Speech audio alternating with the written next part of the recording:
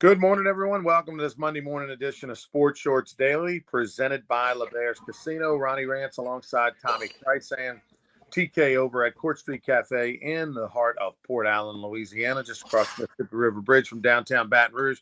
I'm at an undisclosed location presented by the Louisiana Sports Hall of Fame, lasportshall.com. Big news coming out Wednesday morning. And of course, we're always presented by LeBear's Casino, where they were having a great time over the weekend. National championship game for women hoops, which wasn't even a contest. I mean, Connecticut just destroyed South Carolina. Of course, the Final Four for men's and women's over the weekend, and then tonight over at LeBear's Baton Rouge. Go to the sports book. ESPN Bets, the place to be to watch the national championship game between Houston and Florida. Tommy Krysan with us over the weekend. Tommy, not only was it the Final Four weekend, and of course, we'll talk about how Duke blew a 14-point lead with 8 and change to go in the second half, blew a 6-point lead with under 40 seconds to go in the game. We'll get into that, which was shocking. But let's talk LSU baseball for a minute. The Tigers, the beat rolls on. LSU with one of the best starts ever in program history, and they go on the road and sweep a top 10 team for the first time in decades. And they get it done on the road, and almost were magnificent on the mound. Didn't give up an earned run. Only the third time an LSU pitching staff has not given up an earned run on the road in the SEC. I don't know if it's on the road or if it's just period at SEC weekend. I think it's SEC weekend. Only the third time since 1992 that's happened. So that gives you an idea of how well they pitched in cold conditions up in Norman. Yeah, it was cold. The wind blew in all weekend. So it wasn't a great weekend for hitters. But LSU's hitters found a way to get the runs when they needed it, the big runs that they had in the double digits, got 10 runs in game 2. But, I mean, just the pounding of the strike zone and the pitching. When you don't give up an earned run in 3 games in college baseball these days, I don't care what conference, what state, I don't care if it's cold or the wind's blowing in. I mean, that's just rare. There's no question about that. So that can only build confidence for the pitching staff, for the team as they go forward with 4 more road games up next. They've been on the road a little bit, but a nice win against Oklahoma. I'm curious to see how Oklahoma will do going forward. You know, that may tell us if they were really deserving to be the number 10. We know A&M shouldn't have been 1 at the beginning of the year. We know that now. So I think I'm not trying to take anything away from LSU, but let's see what Oklahoma does going forward on their schedule. And but you just got to give LSU the credit. That one of the games that 3 straight 2-out hits. I mean, the timely hitting thing that Skip Bertman always talked about. You know, and other than a couple little errors, which they obviously overcame, they played some pretty darn good baseball this weekend against what's supposed to be a pretty darn good team on the road. And, you know, Road Warriors will continue as they go to Nichols tomorrow night, and then they'll be in Auburn Friday, Saturday, Sunday.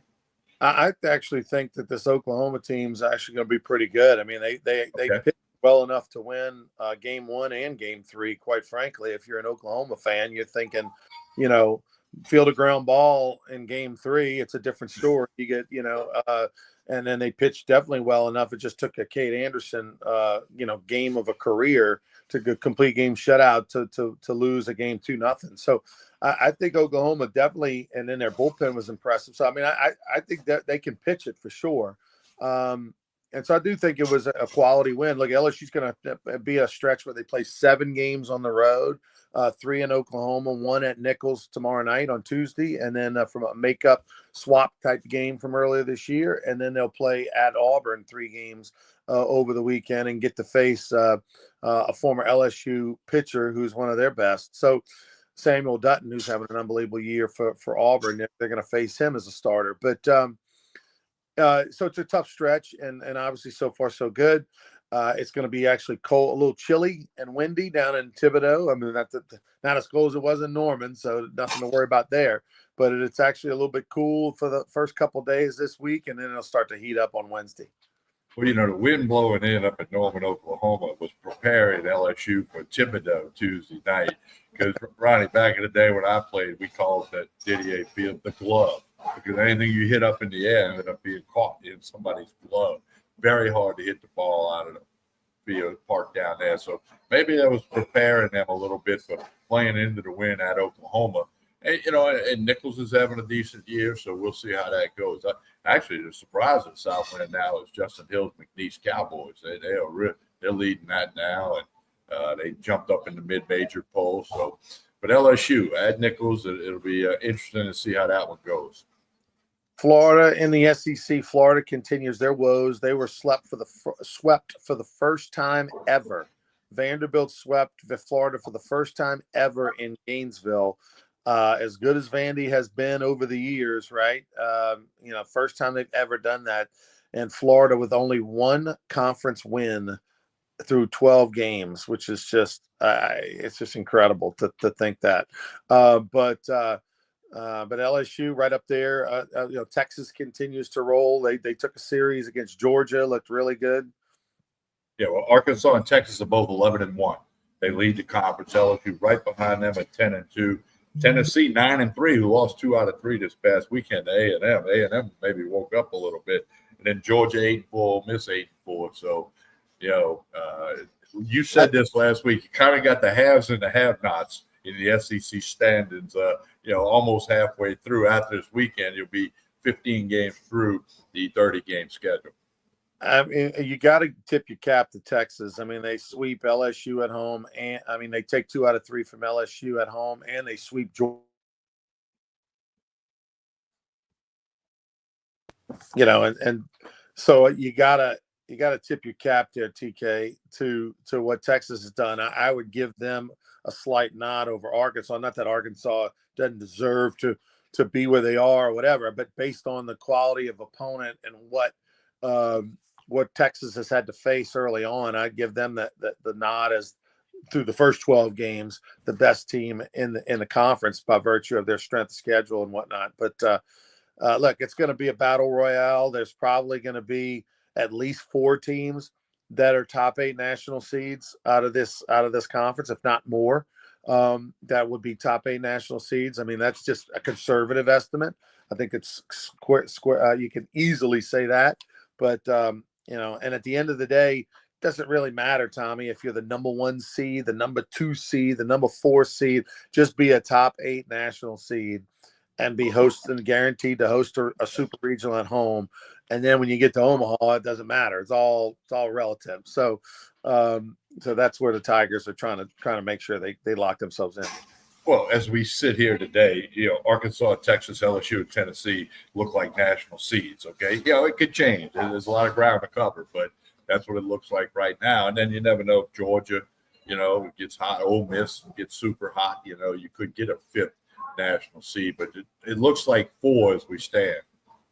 Speaking of A&M, I mean, Texas A&M salvaged their season for the moment. They swept a doubleheader at Texas over the weekend to take 2 out of at Tennessee over the weekend to take 2 out of 3 against the Vols. Kind of shocked everybody. Got blown out in game 1 of that series, and then end up taking a doubleheader and sort of maybe resuscitated themselves a little bit, gave themselves a little confidence, gave their fans a little something to get behind, and who knows? I mean, you got to believe that Texas A&M wasn't going to stay that bad all year long, and it just goes to show you they went on the road to arguably the best team in the country before the weekend and showed signs of life and went over there and won a series. So,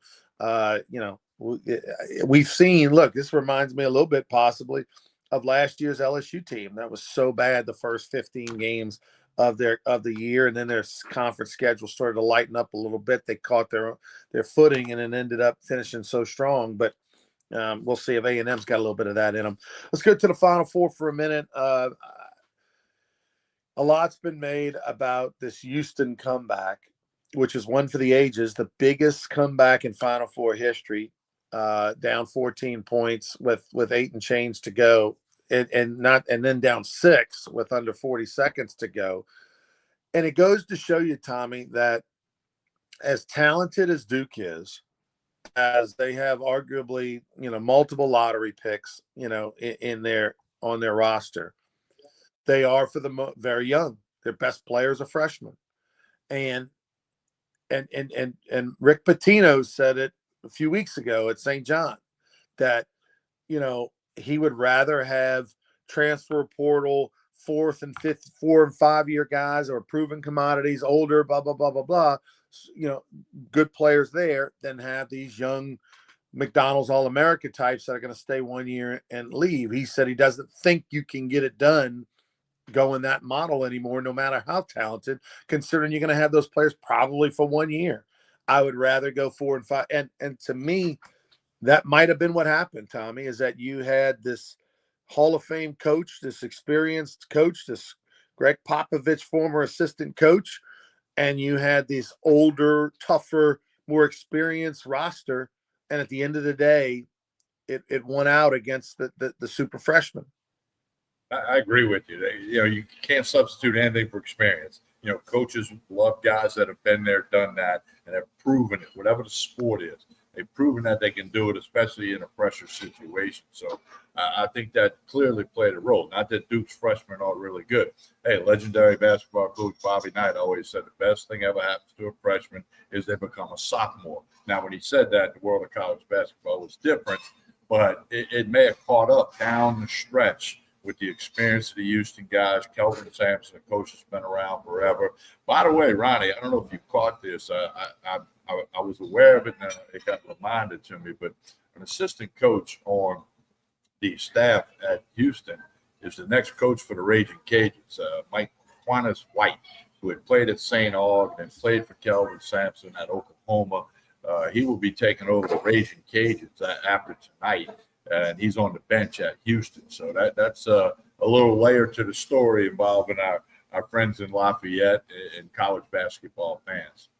Yeah, that's kind of a good get for the Raging Cajuns, right? I mean, you get a guy who's literally, playing for a national championship, might even have one after tonight, to have that juice behind him is a good get. And so congratulations to Dr. Maggard and the gang over there. Well, it's kind of like, we said back during football, if the day they fired Dennis Allen, you'd have told the Saints you're going to get the offensive coordinator for the Super Bowl champs, people would have been happy. Well, right. Raging Cajuns, you're getting a guy who's, a top assistant on a team playing for the national championship tonight. And I think they're going to win it. I've already bet on Houston. I got the 1.5. I think they're going to get it done. But that is a big thing for Dr. Maggard and for everybody at Raging Cajuns. They can pin that on their shirt to say, hey, here this guy was. He's coaching tonight. There's not a lot of people coaching tonight, just Florida and Houston coaches. So I like that. And I remember when he played at St. Aug, he won a state championship at St. Aug as a player. And he's been around, but he's got a nice resume. And on paper, it looks like the Raging Cajuns are getting somebody that's going to really help that program, pour some new life into that program, which is needed. And most likely it also means that the Raging Cajuns will be playing at Houston, next year or something. Yeah, go get a paycheck. Hey, go play at Houston. And, right. That's going to happen. But that's fine. That's part of the business end of this stuff. Who do you like tonight? I mean, you got the Florida. Houston. I bet on Houston. I like Houston.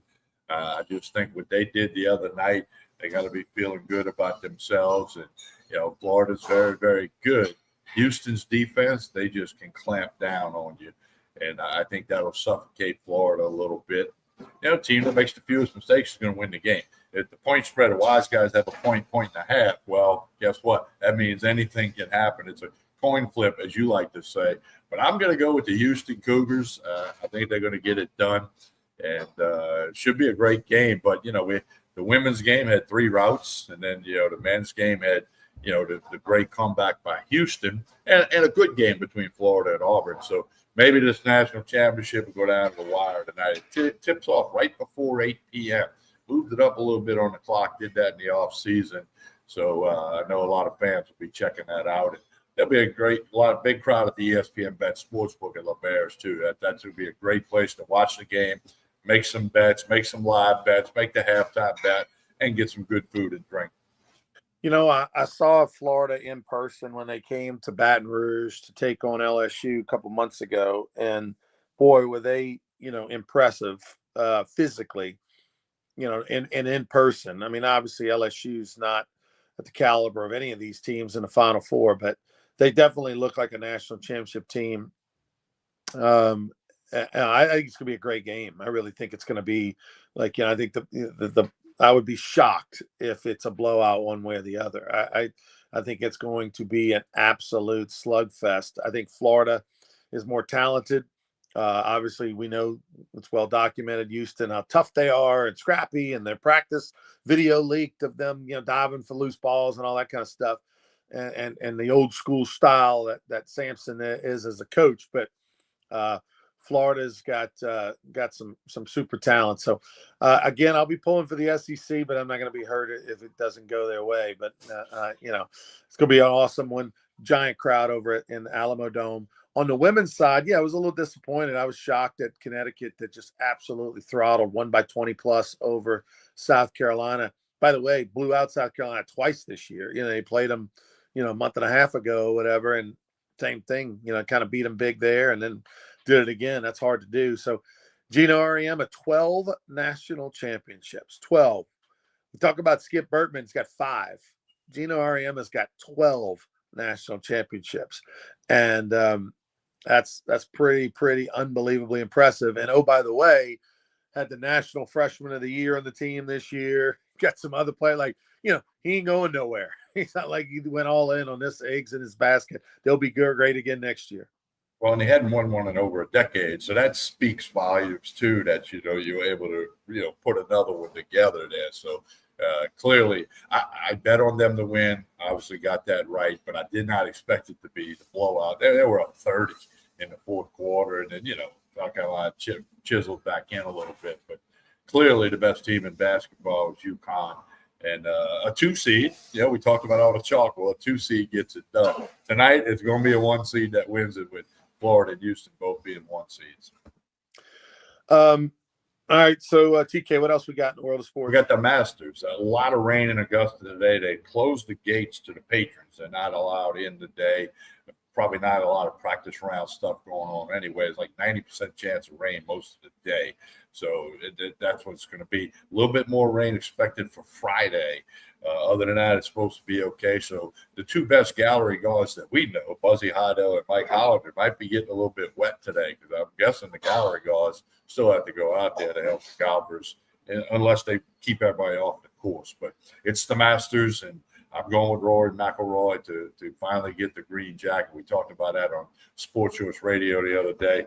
But it's the Masters week, and that's kind of the unofficial, if you will, beginning of the golf season, when they say more and more people will tune in this week than maybe been tuning in for the previous bunch of weeks, other than maybe the Players' Championship. But, you just had Brian Harmon, a little left-handed guy, won the Valero Open over in Houston over the weekend. So it's the Masters, a special week for golf fans, and I know I'll watch as much of the Masters as possible. The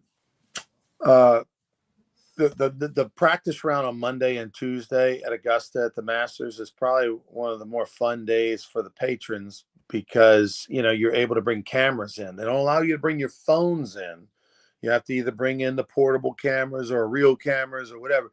As long as it's not a phone, you can bring in a camera. And so that's kind of cool, because you can't do that Wednesday through Sunday. And you can bring in the cameras. The players are, usually a lot of times they might hit, 3 shots in a row right in front of you. So you get a chance to see them longer. They're more engaged. Oftentimes, you can say something. They might give you a fist pump back, or say something back, dap you up with a high five, all that kind of stuff. So it's a lot more fun. Plus, you get to explore the space and take in all the food and drink and the festivities just like you would Wednesday through Sunday. So that's a disappointment to a lot of people that go on Mondays for the practice round. I wonder if they're going to let them. I'm probably going to honor those badges tomorrow as well. What they said was they can give a refund. Because some people might only have the Monday practice round ticket. They can give a refund, and or you get dibs on Monday practice round next year. I read a thing about it this morning about all the rain.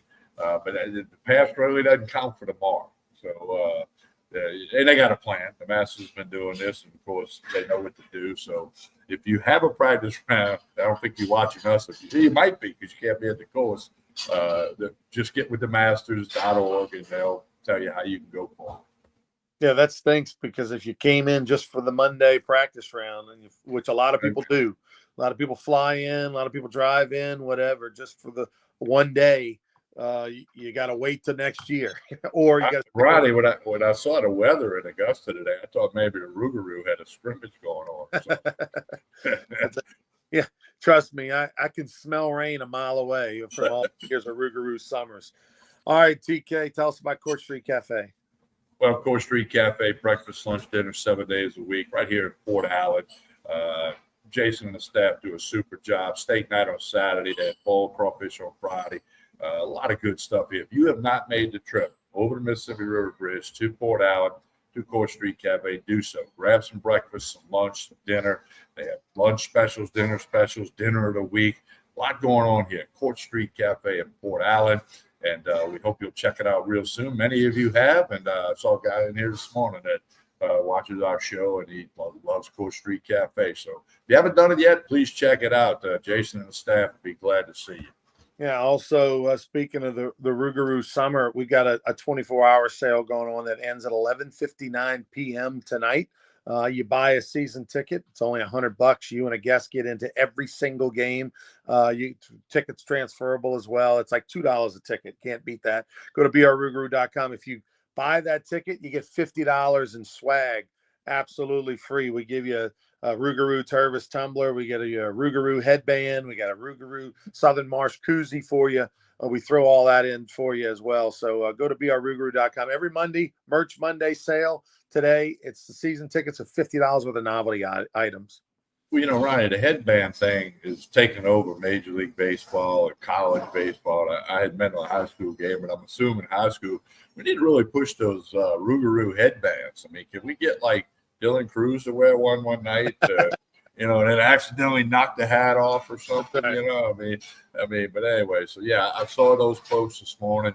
brrougarou.com, less than 2 months away from the season opener on June 3rd at Goldsby Field. You know what? It was great to see LJ Dupuy this past Saturday. We were at Fat Daddy's Plaquemine doing Sports Shorts Radio. I mean, you and LJ very close for 30 years. I've known him for 30 years. In fact, he was a scout for the Yankees when I was playing, Ronnie, and I guess that's why I know the Yankees didn't draft me, because he didn't think I was good. But, so anyway, but it was great to see Coach LJ Dupuy and his family, a bunch of people at Fat Daddy's this past Saturday. It was good to see Coach. Yeah, Baton Rouge Community College legend, and he'll be throwing out a first pitch at a Rougarou game this summer. So we're excited. Good. Them out there. So for Tommy Krysan, I'm Ronnie Rance. Please like and share this video. We'll be back with you on Wednesday for more Sports Shorts Daily. Until then, keep watching, and good luck to the SEC tonight. Florida Gators in the national championship. TK's got a little money on the Houston Cougars. We'll talk about all that on Wednesday. Thanks for watching Sports Shorts Daily, presented by LeBear's Casino in Baton Rouge.